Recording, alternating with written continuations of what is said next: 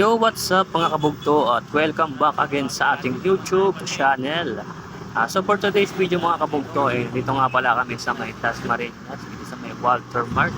So nandito kami para magpa-orientation o para magpa-orient sa bago naming project, no? So ang project namin ay dito pa rin sa dito naman sa Dasma. So ito ay school pa rin, no? So De La Salle pa rin siya. So hanapin pa namin yung site kung saan kami pupunta. So let's go!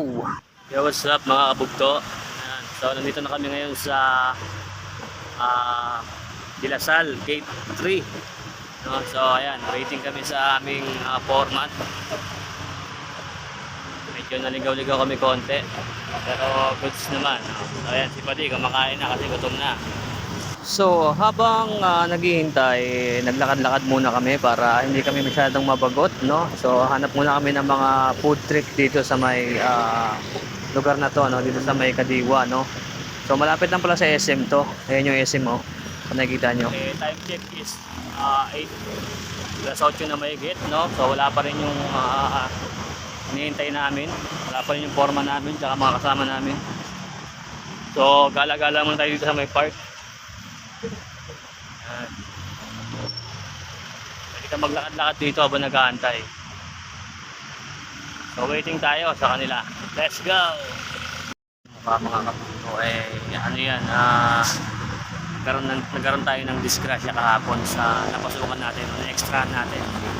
So bilang isang construction worker, palagi tayong mag-iingat kasi yung disgrasya palagi lang talagang nakatingin sa atin, no? Hinihintay lang tayo magkamali, at kapag tayo ay nagkamali, matik talaga na disgrasya talaga yung aabutin natin, no? Pero thanks God pa rin tayo kasi kahit pa paano galos lang yung natamo natin, no? So medyo napunit yung aking face, napunit siya ng bahagya, no? Pero hindi naman siya malalim, at yun, marami tayong mga galos, gasgas kaya sa kamay, yan. Tapos meron din tayo dito.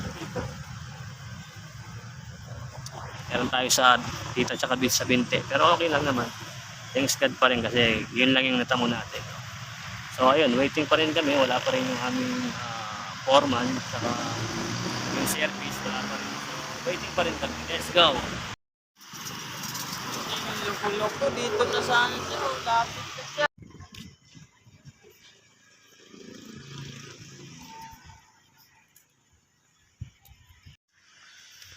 Ano pa di? Kita mo na pa di yung bago mong papasukan. Dito na.